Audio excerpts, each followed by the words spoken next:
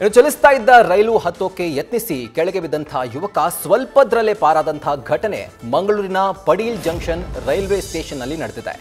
ಕೆಳಗೆ ಬಿದ್ದ ಯುವಕನನ್ನ railway police head constable Raghavan ತಕ್ಷಣ ರಕ್ಷಣೆ ಮಾಡಿದ್ದಾರೆ. ದೃಶ್ಯಗಳಲ್ಲೂ ಕೂಡ ಗಮನಿಸ್ತಾ ಇದ್ದೀರಿ. ಓಡ್ ಹೋಗಿ ರೈಲನ್ನ ಹತ್ತೋಕೆ ಬಂದಂತಹ ವ್ಯಕ್ತಿ ರೈಲಿನ ಬಾಗಿಲ ಸರಳು ಕೈಗೆ ಸಿಗದೆ ಆತ ಕೆಳಗೆ ಬಿದ್ದಿದ್ದಾನೆ. ಇನ್ನು ಅದೃಷ್ಟವಶಾತ್ ಆತ ಸಾವಿಂದ ಪಾರಾಗಿದ್ದು ಈ ಸಂಪೂರ್ಣ ಘಟನೆಯ ದೃಶ್ಯ ಸಿಸಿಟಿವಿಯಲ್ಲಿ ಸರಿಯಾಗಿದೆ. ದೃಶ್ಯಗಳಲ್ಲಿ ಗಮನಿಸ್ತಾ ಇದ್ದೀರಿ.